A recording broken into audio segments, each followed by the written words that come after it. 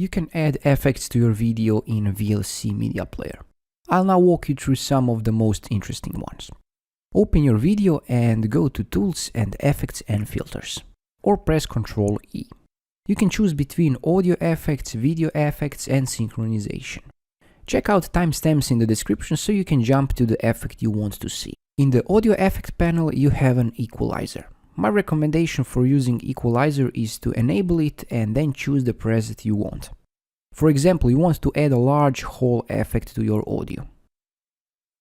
The compressor will make your audio more even by making quiet parts of the audio louder and loud parts more silent. Play with this slider until you find what you like.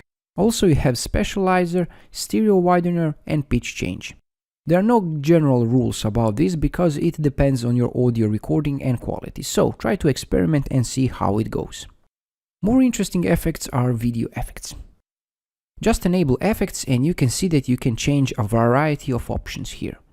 You can play with hue, brightness, or saturation, for example.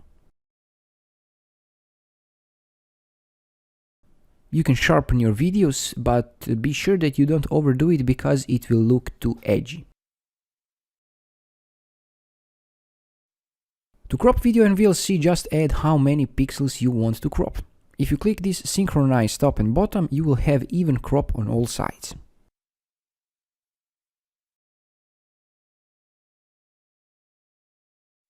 In the Colors tab, you can change or extract specific colors from the video.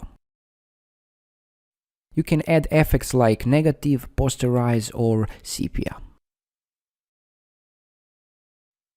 With the Geometry tab, you can zoom your video or rotate it, for example.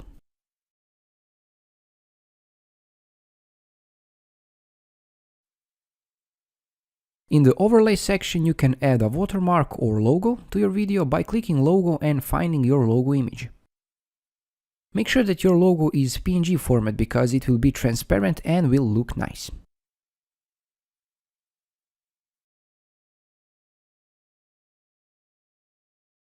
In the Advanced tab, you will have a bunch of options to play with and add some cool looking effects like 3D, mirror, waves, water effects, and so on.